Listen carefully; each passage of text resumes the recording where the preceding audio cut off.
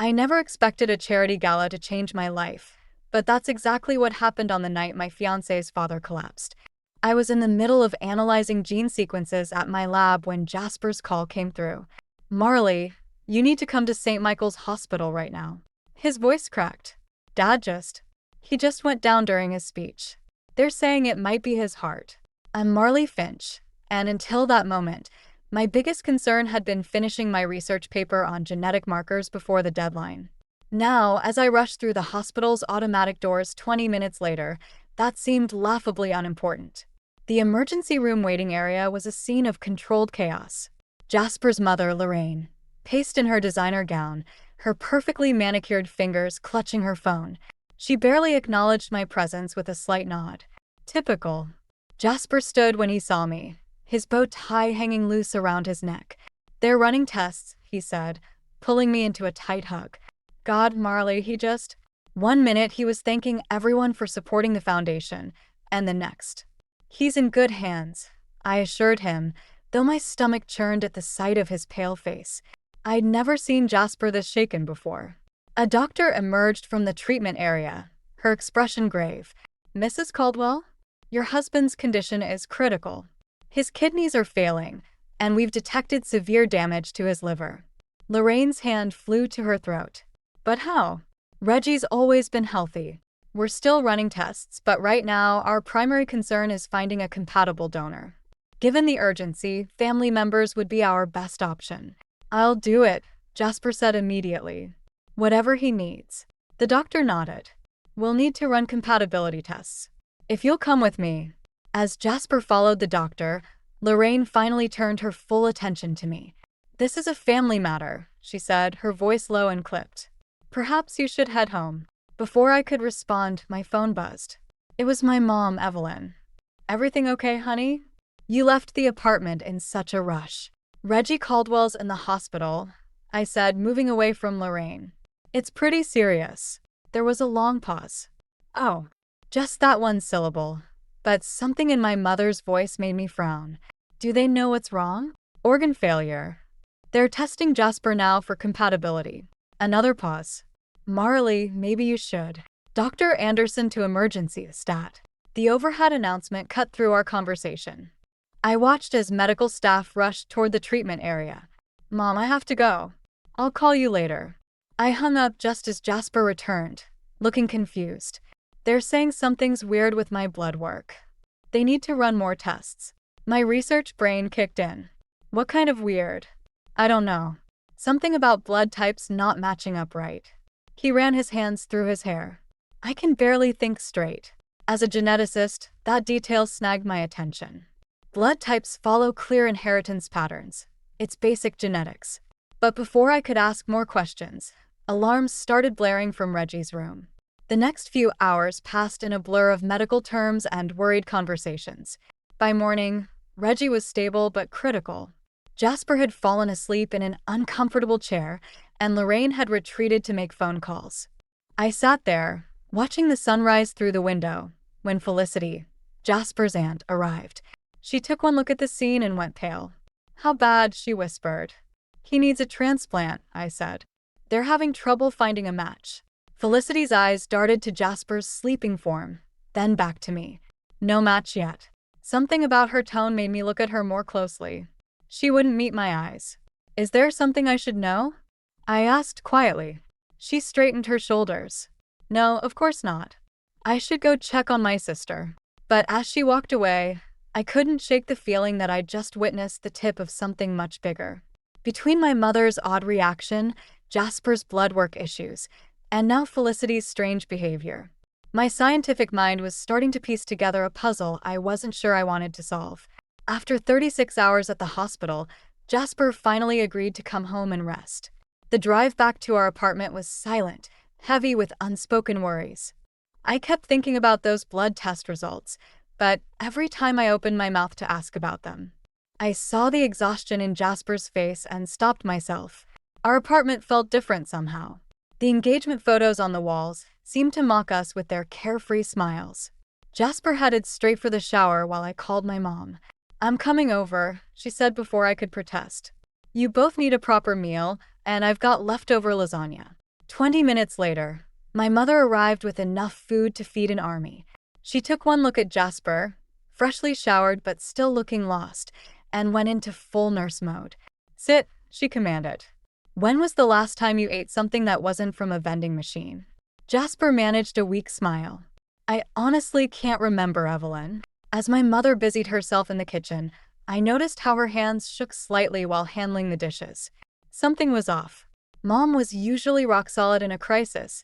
It's what made her such a great nurse. "The doctors say Dad's stable for now," Jasper said, picking at his food. "But without a compatible donor." My mother dropped a fork. The clatter made us both jump. "Sorry," she muttered, but her face had gone pale. "Just tired. Long shift yesterday." Before I could question her reaction, Jasper's phone rang. It was Lorraine. "Yes, Mother," he said, his voice tightening. "No, I don't think— Yes, I understand, but—" He pinched the bridge of his nose. "Fine. We'll be there in an hour." "What's wrong?" I asked after he hung up. "Mother's organizing a family meeting at their house. Says we need to discuss arrangements while Dad's incapacitated." He looked at me apologetically. "She wants you there too." The Caldwell mansion always made me feel small, but today it felt suffocating. Lorraine had gathered the family in the formal living room, all crystal chandeliers and antique furniture that nobody actually sat on. Felicity was already there, perched on the edge of a Victorian settee like she might bolt at any moment. She barely met my eyes when we walked in. "Jasper, darling." Lorraine swooped in, air-kissing his cheeks. "And Marley." Her pause before my name spoke volumes. I heard voices from the study, Lorraine's lawyer, apparently, discussing power of attorney. I excused myself to use the bathroom, but paused in the hallway when I heard my name. "That girl is becoming a problem," Lorraine was saying. "A scientist? From that background?" "Really, Felicity, you know what Reggie would want for Jasper." "Lorraine, now isn't the time." "It's exactly the time. With Reggie incapacitated, we need to protect the family's interests. That includes making sure Jasper doesn't make any unfortunate decisions." My hands clenched into fists. I dealt with Lorraine's thinly veiled contempt for years, but this was different. This felt calculated. "There you are." Jasper's voice made me jump. He frowned at my expression. "Everything okay?" Before I could answer, my phone buzzed. A text from the hospital lab. I'd called in a favor from a colleague to look at Jasper's blood work. "Results don't make sense," the text read. "Patient's blood type impossible given listed parents. Might want to double-check family history." My stomach dropped. I looked at Jasper, at his familiar features that I'd always thought came from Reggie. But now, "Marley." Jasper touched my arm. "You look like you've seen a ghost." "Just tired," I lied, pocketing my phone. "Maybe we should go home." "Not yet." Lorraine appeared in the hallway. "The lawyer needs to discuss the foundation's succession plans." "Jasper, come with me." "Marley, perhaps you'd be more comfortable waiting out here." As they disappeared into the study, I caught Felicity watching me. The guilt in her eyes told me everything I needed to know.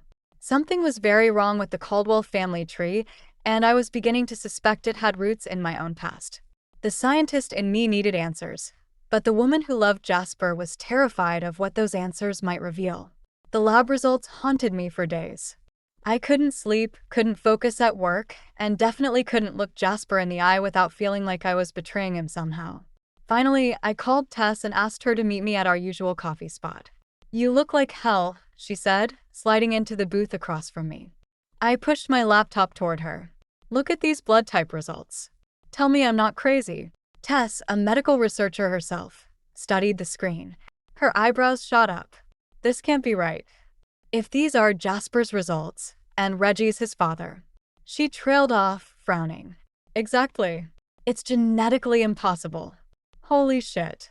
Tess leaned back. "Does Jasper know? How am I supposed to tell him?" "Hey honey, by the way, the man you're trying to save might not actually be your father." The barista brought our drinks, and I noticed my hands shaking as I reached for my cup. "There's more," I said quietly. "My mom's been acting weird ever since Reggie collapsed. And yesterday I found this." I pulled out an old photograph I discovered while searching through Mom's storage boxes.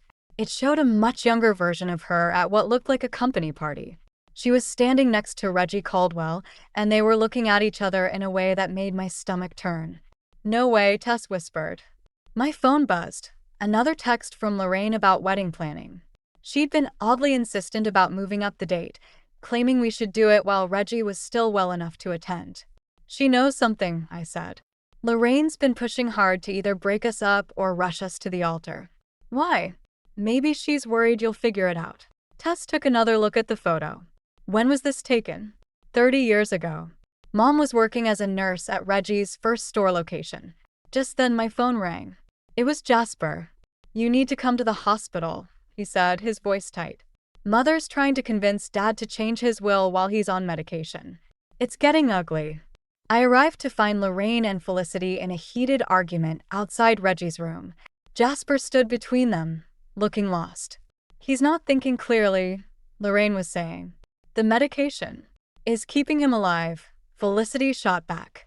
"You can't use that as an excuse to." They fell silent when they saw me. Lorraine's eyes narrowed. "Family matters," she said pointedly.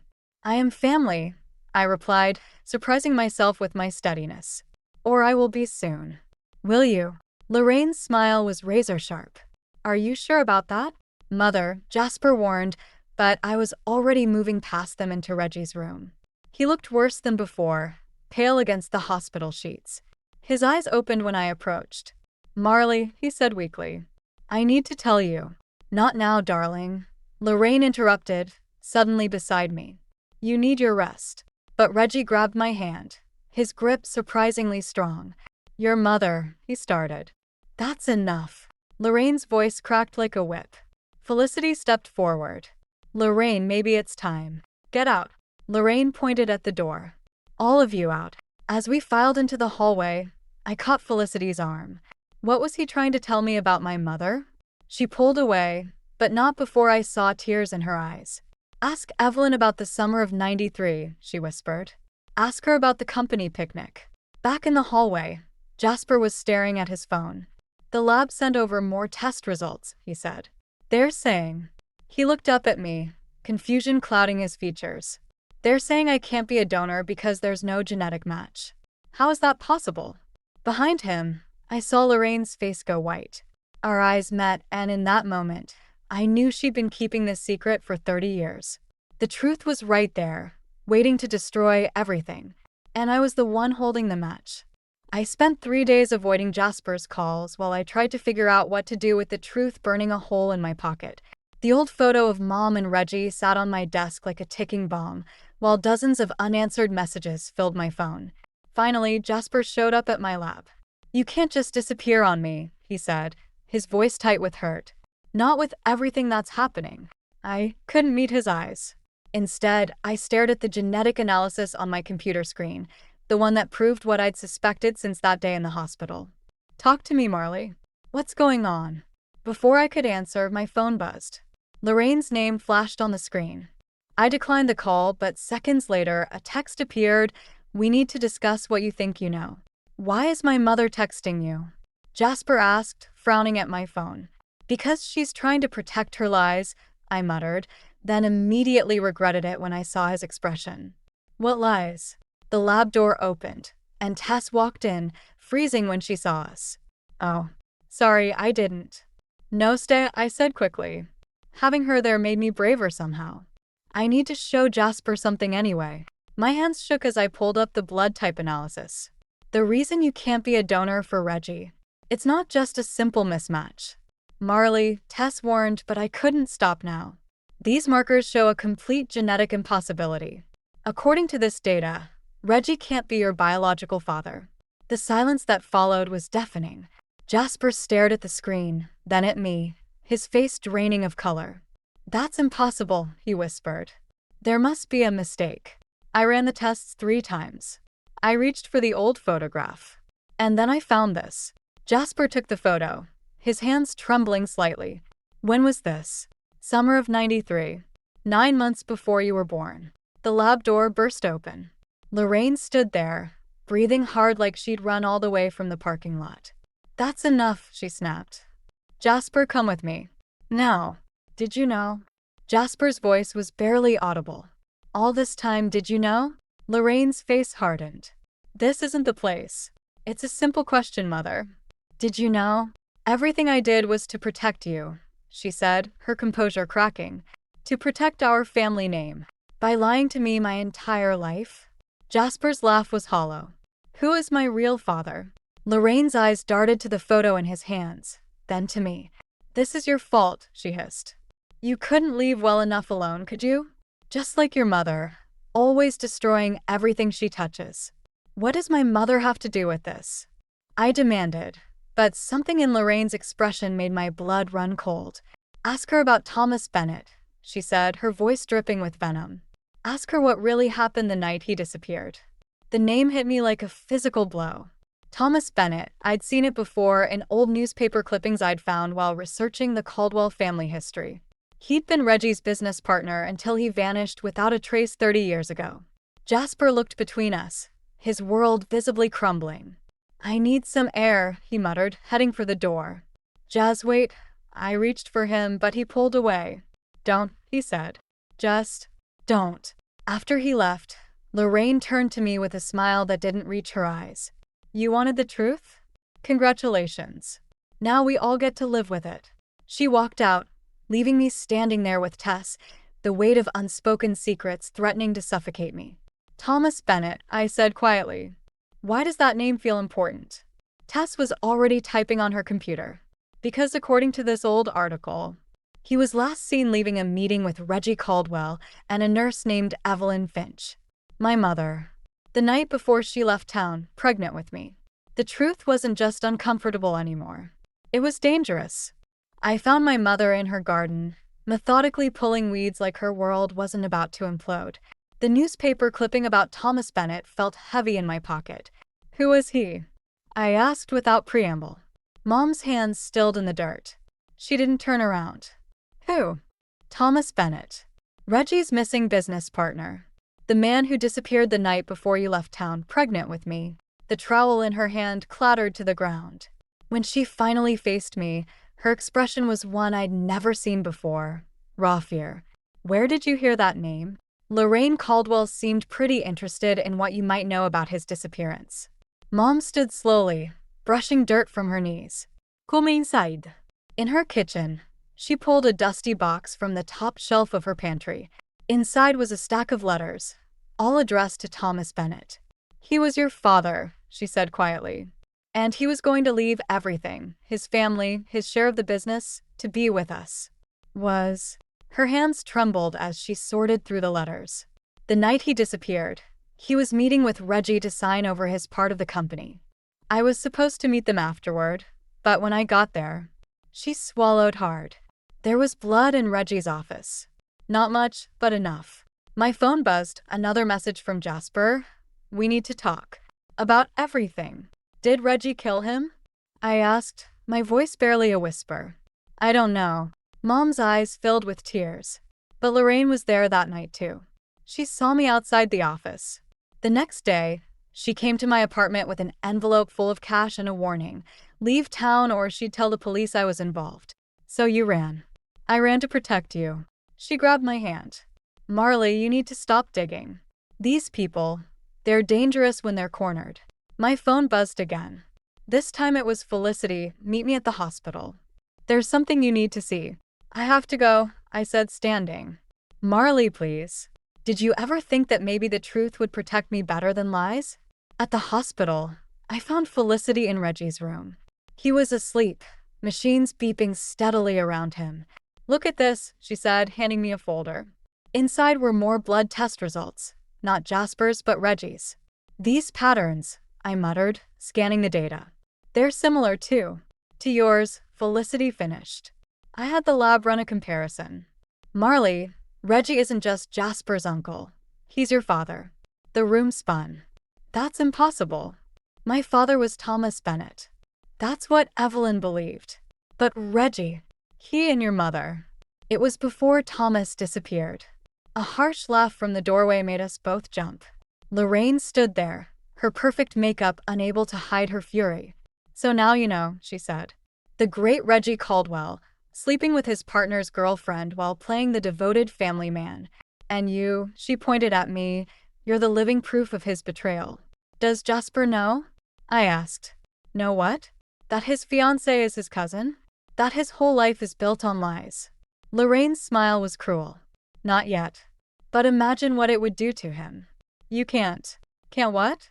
Tell the truth? Isn't that what you wanted? She stepped closer. Here's the deal. Walk away from Jasper, from all of this, or I'll make sure everyone knows exactly what kind of family they're really part of. Behind her, Reggie's monitors started beeping faster. His eyes were open, watching us. Enough, he rasped. But the truth was already unraveling, spinning out of control. I looked at my father, not Thomas Bennett, but Reggie Caldwell, and saw 30 years of secrets threatening to destroy everyone I loved. The question wasn't whether to tell Jasper anymore. The question was, who would break his heart first? The hospital room felt smaller with each passing second as Reggie struggled to sit up in his bed. Lorraine moved to stop him, but he waved her away.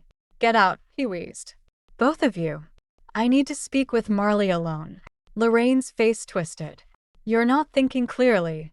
Now. His voice carried the authority of a man who'd spent decades giving orders. After they left, silence stretched between us like a chasm. I looked at his monitors. Anywhere but his face. I should have told you years ago, he finally said. Which part? That you're my father? Or that you killed Thomas Bennett? His heart rate spiked on the monitor. Is that what Evelyn thinks? That I killed him? Did you? No. He closed his eyes. But I know who did. Before he could continue, Jasper appeared in the doorway. His face was ashen, his phone clutched in his hand. I just got the strangest call from Mother, he said. Something about DNA tests and family secrets. His eyes moved between us. What's going on? My throat closed up. Behind Jasper, I saw Lorraine smirking from the hallway. Son, Reggie started. Don't. Jasper's voice cracked. Just tell me the truth. All of it. Reggie's monitors began beeping faster. A nurse rushed in, checking his vitals. You need to leave, she said. His blood pressure's too high. Not until someone explains. The machines erupted in alarm. Reggie clutched his chest, gasping. Medical staff flooded the room, pushing us into the hallway. Code blue, someone shouted. Jasper grabbed my arm. What did you do? I didn't. First the blood tests, then Mother's call, now this? His fingers dug into my skin. What are you trying to prove? That everything you think you know is a lie. The words burst out before I could stop them. His grip loosened. What? Reggie isn't your father, Jazz. He's mine. The color drained from his face. Behind us, the medical team was still working on Reggie, their shouts echoing through the corridor. That's impossible, Jasper whispered. The genetic tests prove it. And there's more. Thomas Bennett. Stop. He backed away. Just stop. Jasper, please. We're cousins. His laugh was hollow. All this time, were you investigating me? Using your science to what? Expose my family. I was trying to understand my own family. Well, congratulations. His voice was ice. You've destroyed both of them. From the hospital room came the long, steady tone of a flatline. Time of death, 9:47 p.m., someone announced. Jasper's face crumpled. He turned and ran down the hallway as doctors emerged from Reggie's room, shaking their heads. Lorraine appeared at my side. Are you happy now? She hissed. You've killed him, just like your mother killed Thomas. I spun to face her. What did you say? Oh, you didn't know that part? Her smile was venomous. Ask dear Evelyn about the syringe they found in Thomas's office. The one with her fingerprints on it. My phone buzzed, a text from my mother. Don't trust Lorraine. She's the one who killed Thomas. I have proof. But when I looked up, Lorraine was already walking away, her heels clicking on the hospital floor like a countdown. Behind me, they were covering Reggie's body. My father, the man who might have finally told me the truth about that night 30 years ago. I stood alone in the hallway, caught between my dead father and my fleeing almost husband, while 30 years of lies unraveled around me. Somewhere in this mess was the truth about Thomas Bennett's death, but finding it might cost me everything I had left. My phone buzzed again. An unknown number. I know what really happened that night. Meet me at the old factory. Come alone. The choice was simple: walk away and lose everything, or dive deeper and risk destroying what little remained of both families. I headed for my car. Some truths are worth burning for. The old factory loomed against the night sky, its broken windows like jagged teeth. I killed my car's headlights and checked my phone one last time. 3 missed calls from Mom, 2 from Tess, and a single text from Jasper. Don't do anything stupid. Too late for that. A figure emerged from the shadows near the loading dock. Felicity, still wearing her hospital clothes. I wasn't sure you'd come, she said. You know what happened to Thomas Bennett? She nodded toward the rusted door. Better show you. Inside, moonlight filtered through the holes in the roof, casting strange shadows across abandoned machinery. Felicity led me to an old office, pulling a weathered envelope from her purse. Lorraine didn't just kill Thomas, she said. She killed your father too. Reggie died of organ failure, after 30 years of slow poisoning. Her hands shook as she opened the envelope. I found these in her safe. Receipts for something called thallium. She's been adding it to Reggie's tea for decades. Why? Because he was going to leave her for your mother. Another voice, Lorraine's, cut through the darkness. She stepped out from behind a column, holding something that glinted in the moonlight. A gun. Always the dramatic reveal, Felicity? Lorraine's laugh was brittle. Couldn't just let the past stay buried? Like you buried Thomas? I asked. Thomas was a mistake. He found out what I was planning for Reggie and threatened to expose me. She moved closer, the gun steady. But Reggie? That was art. Slow, untraceable. Until you started digging. Footsteps echoed behind me. Jasper appeared, his face a mask of horror. Mother. Jasper. Lorraine's composure cracked. You weren't supposed to be here. I followed Marley. His voice was hollow. I don't know what I thought. But not this. Everything I did was for you, Lorraine insisted. To protect your inheritance, your future. By killing my father? His laugh was bitter. Which one? The man who raised me, or my real father? Thomas was weak, Lorraine spat. He would have ruined everything. Just like she's trying to do. The gun swung toward me. You want to know the truth, Jasper? Felicity pulled out another paper. Your real father was Thomas Bennett. And Lorraine killed him the night he was going to tell you. The gun wavered. Shut up. That's why she hates Marley so much, Felicity continued. Because Marley is living proof of what Reggie did, sleeping with Evelyn while Thomas was falling for Lorraine. Stop. Lorraine's finger tightened on the trigger. I saw it then. The same desperate need for control that had driven her to poison her husband, to kill Thomas, to manipulate everyone around her for decades. You can't shoot all of us, I said quietly. And you can't bury this truth. Watch me. She aimed at my heart. The gunshot was deafening. Lorraine screamed, the gun flying from her hand. Blood bloomed on her shoulder. My mother stepped from the shadows, holding a small revolver. 30 years ago, you made me run, she said. Not this time. Police sirens wailed in the distance. Jasper moved toward his mother, but stopped, his face conflicted. I called them, he said. When I followed Marley. I recorded everything. Lorraine lunged for her dropped gun. Another shot rang out, this time from a police officer entering through the back door. As they led Lorraine away in handcuffs, Jasper turned to me. We're not cousins. No. But we're still tangled in this mess. Yes. He looked at the factory's broken windows, at the moonlight painting shadows across 3 decades of secrets. I don't know if I can. I know, I said. Neither do I. Sometimes the truth doesn't set you free. Sometimes it just shows you how trapped you really are. Behind us, evidence teams began documenting 30 years of carefully constructed lies. Ahead of us lay the wreckage of 2 families bound by blood, betrayal, and a truth that none of us had wanted to find. 6 months after Lorraine's arrest, I stood in front of Reggie's grave with a handful of white roses.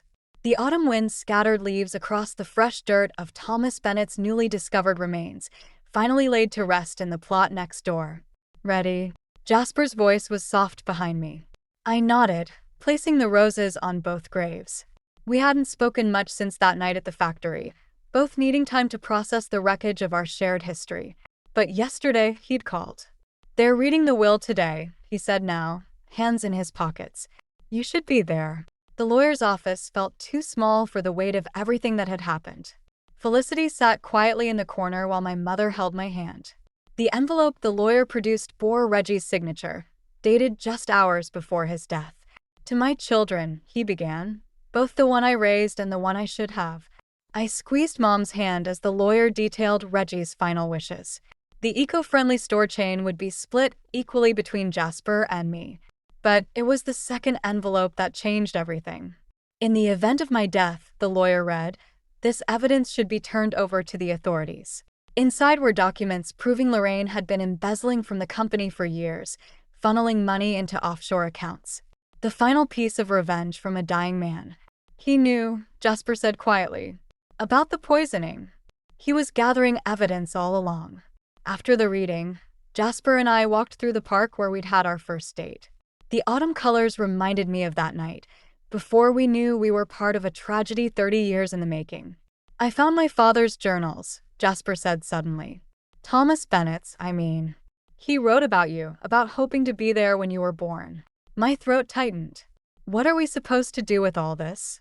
Maybe it's not about doing anything. He stopped walking.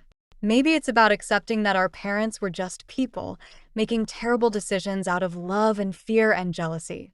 A text buzzed on my phone. News from the prosecutor. Lorraine had accepted a plea deal. 20 years for 2 murders and 3 decades of poisoning her husband. She's not contesting anything, I told Jasper. Good. His voice was firm. Some truths shouldn't stay buried. We reached the pond where he'd proposed, back when our biggest worry was whether his mother would approve of my dress. I've been thinking, he said, about that genetic research project you started before all this. The one about inherited traits. I smiled despite myself. Bit close to home now. Maybe that's why it matters. He turned to face me. We're not our parents' mistakes, Marley. We're what we choose to do with the truth. And what do we choose? Instead of answering, he pulled out a small box. Not a ring this time, but a key. The old lab at the store's headquarters, he explained. We could turn it into a genetic research facility. Use our inheritance to help people understand their own stories. It wasn't forgiveness, not exactly. But maybe it was something better, a way to build something new from the ashes of our shared past. Partners, he asked. Partners, I agreed. Later that night, I found one last letter from Reggie, hidden in the will's envelope. The truth is both poison and cure, he'd written. Choose wisely which one you make it. I looked at the key in my hand, thinking about DNA and destiny, about choices and chances. Jasper and I might never fully untangle the roots of our family tree, but maybe we could grow something new, something honest, from its twisted branches. Sometimes the best revenge isn't about destroying the past. Sometimes it's about building a future strong enough to bear its weight. I picked up my phone and called Jasper. It was time to begin again.